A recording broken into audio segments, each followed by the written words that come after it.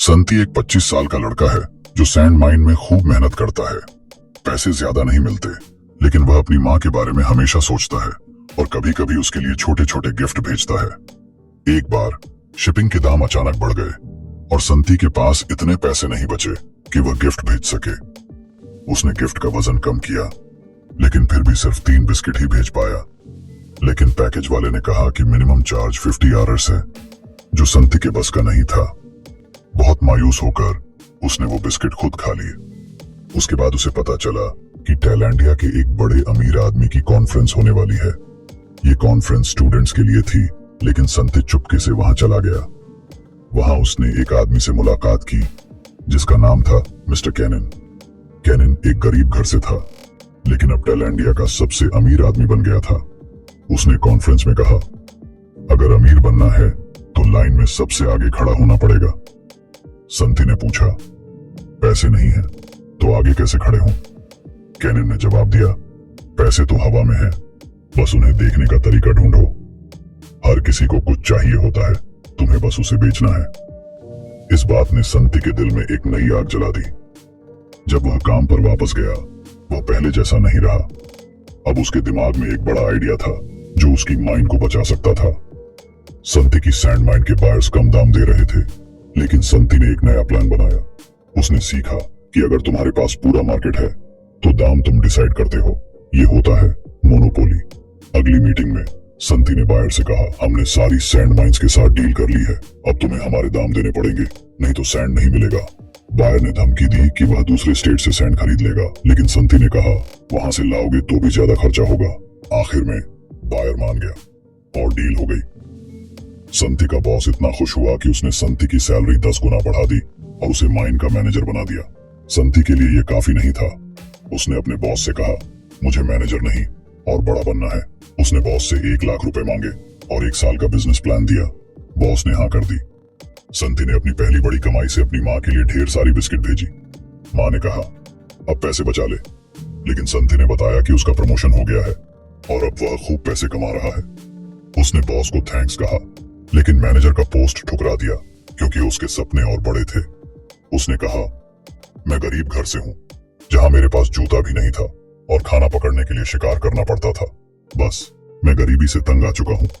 उसने अपने आइडिया को आगे बढ़ाया और बोला, मैं सब कुछ रिस्क कर दूंगा, बस अमीर बनूंगा।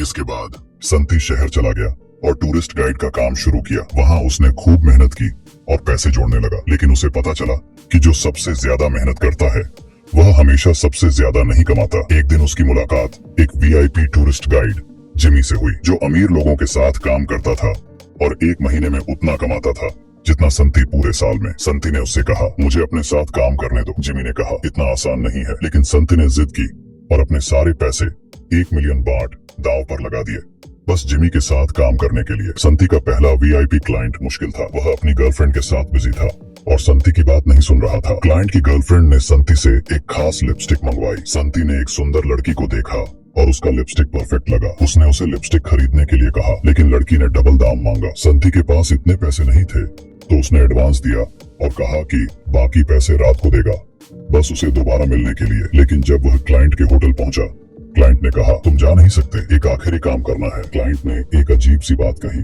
जो संती को पसंद नहीं आई। संती ने क्लाइंट की बात मान ली, लेकिन उसने कहा, मैं ऐसा गंदा काम नहीं करता। क्लाइंट ने कहा, अगर मेरी बात मानी तो एक अपार्टमेंट खरीदूंगा। संती ने क्लाइंट को अपार्टमेंट्स के फोटो दिखाए, लेकिन क्लाइंट ने कहा, ये तो बेकार है, कोई नहीं खरीदेगा। पता चला कि जिमी ने संती को बेकार अपार्टमेंट्स के पेपर दे दिए। क्लाइंट ने संती को ट्रिपल पैसे ऑफर किए और अपने दोस्तों से मिलवाया ताकि वे भी अपार्टमेंट्स खरीदें। अगले दिन जब संती होटल पहुंचा, वह सुंदर लड़की जिसका लिपस्टिक लिया था जा चुकी थी। उसने रिसेप्शनिस्ट के पास एक नोट छोड़ा जिसमें संती को धोखेबाज कहा। संती चाइना गया और क्लाइंट के दोस्तों को अपार्टमेंट्स बेचने की कोशिश की। वहां उसकी मुलाकात दोबारा मिस्टर कैनन से हुई, लेकिन कैनन उसे मुश्किल से याद किया। क्लाइंट ने संती का मजाक उड़ाया और कहा कि वह अपनी गर्लफ्रेंड के साथ बिजी है। संती ने अपार्टमेंट्स के बारे में बात शुरू की, लेकिन क्लाइंट के दोस्त गुस्सा हो गए और उसे नहीं सुनना चाहा। क्लाइंट ने कहा, अगर मजा नहीं करना तो निकल जाओ। संती ने कहा, मैं काम करने आया हूँ। क्लाइंट ने संती को 3 शॉट्स पीने की शर्त लगाई, अगर जीता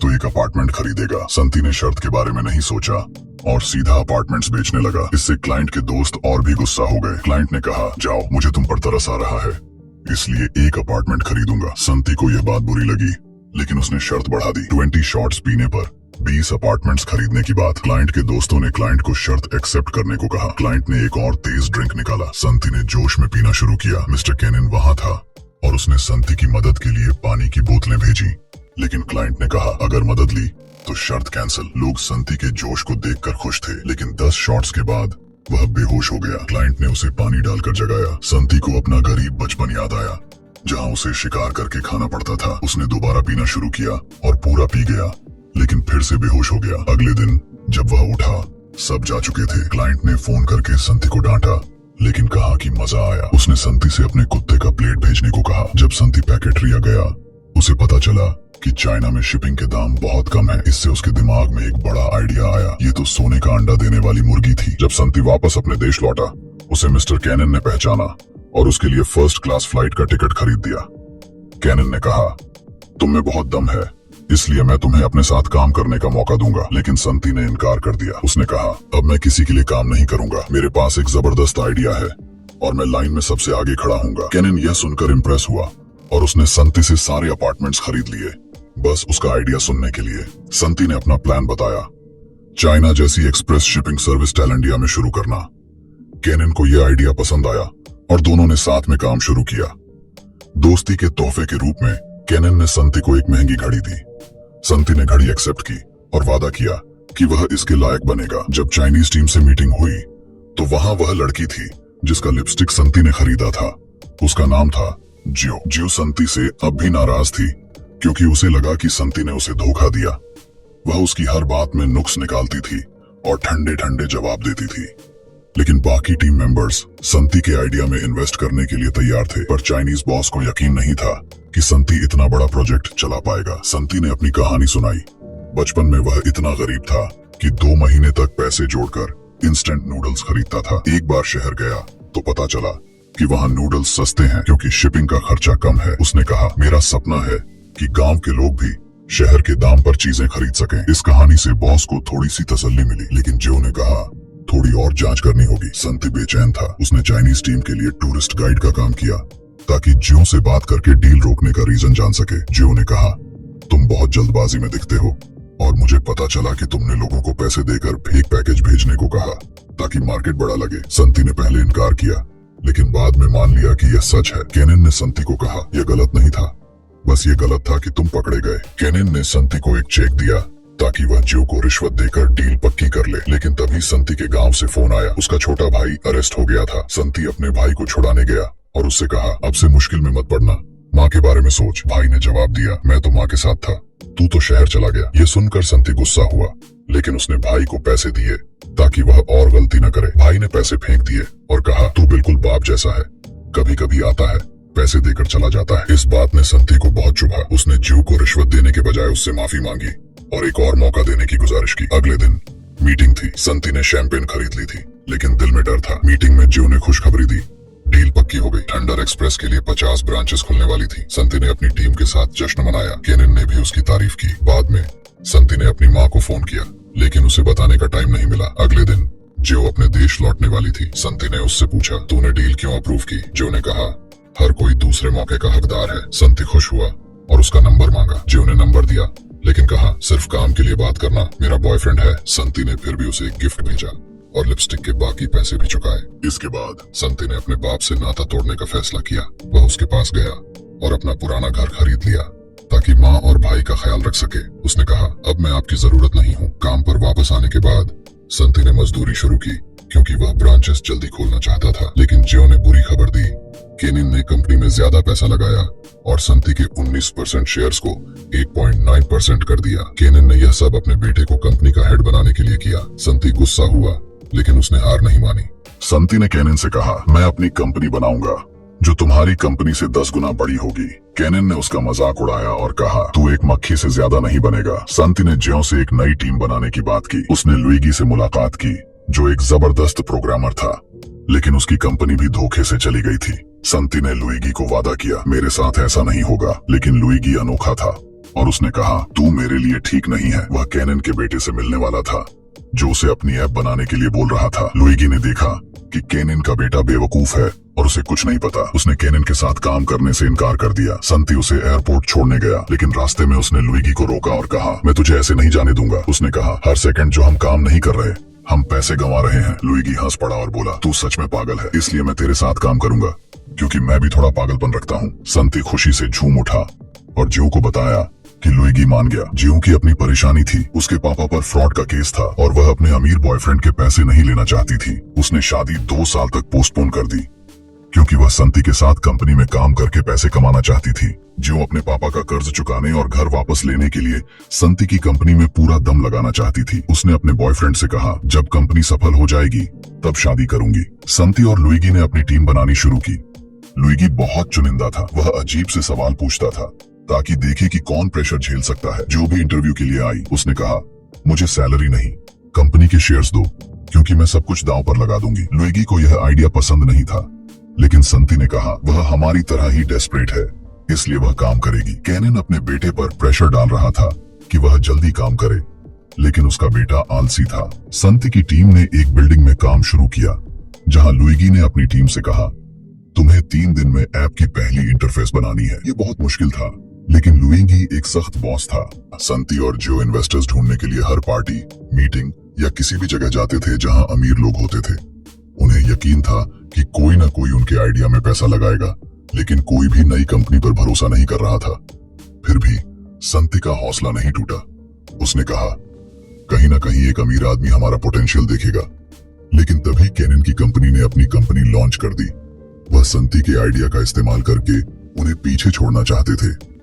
केनिन की कंपनी ने संती की कहानी को अपना स्लोगन बनाया, जिससे संती गुस्सा हो गया, लेकिन उसने इस गुस्से को अपनी ताकत बनाया और कहा, मैं केनिन की कंपनी को तबाह कर दूंगा। ऑफिस वापस आने पर एक प्रोग्रामर लड़की रोती हुई बाहर निकली। लुइगी ने उसे निकाल दिया, क्योंकि वह अपनी बीमार माँ से मिलने के लिए छुट्टी मांग रही थी। इससे टीम में बड़ा झगड़ा हो गया। लुइगी को लगा कि अगर इन्वेस्टर्स नहीं मिले तो उनका सारा काम बेकार जाएगा। तभी जो को एक कॉल आई, कोई इन्वेस्टर उन्हें मिलना चाहता था। संती, जियो और लुइगी इन्वेस्टर से मिलने गए। इन्वेस्टर जाने वाली थी, लेकिन उन्होंने उसके साथ बात करने के लिए 2 टिकट खरीद लिए। इन्वेस्टर ने उनका एफर्ट देखा और 5 मिनट का टाइम दिया। संती ने अपना प्रोजेक्ट एक्सप्लेन किया, लेकिन इन्वेस्टर ने कहा, मुझे यह सब सुनने की जरूरत नहीं, मैं तुम में इन्वेस्ट करना चाहती हूँ, लेकिन मुझे बताओ तुम केनिन की कंपनी को कैसे हराओगे। संती ने कहा, हम डोर टू डोर डिलीवरी करेंगे, जिससे हम किसी को भी पीछे छोड़ देंगे। इन्वेस्टर इंप्रेस हो गई और बोली, मैं पैसे दूंगी, लेकिन मुझे कंपनी का 30% चाहिए। संती तुरंत हाँ बोलना चाहता था, लेकिन लुइगी ने रोका।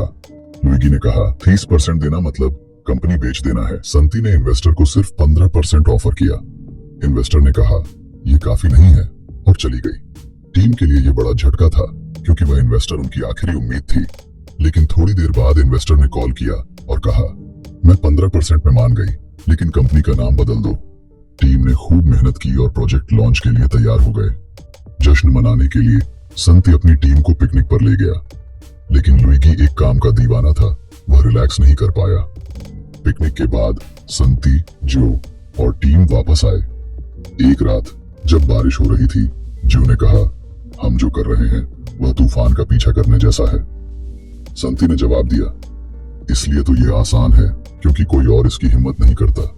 इसी से उनकी कंपनी का नाम बना, थंडर एक्सप्रेस। लॉन्च के लिए सब कुछ तैयार था, बस डिलीवरी वाले चाहिए थे। तभी संती के पुराने दोस्त, जो पहले पहाड़ों में साथ काम करते थे, आ गए। वह मोटरसाइकिलिस्ट थे और दिखते तो गुंडे जैसे थे, लेकिन दिल के सच्चे थे। संती ने उन्हें अपनी टीम में शामिल किया। संती के दोस्त के साथ उसका छोटा भाई मोंटी भी आया। संती को यह पसंद नहीं था, क्योंकि वह चाहता था कि मोंटी अपनी माँ के पास रहे और पढ़ाई करे, लेकिन मोंटी भी अपने बड़े भाई की तरह सफलता पाना चाहता था। अगले दिन थंडर एक्सप्रेस का लॉन्च होने वाला था। उन्होंने एक बड़ी एडवर्टाइजिंग कैंपेन चलाई।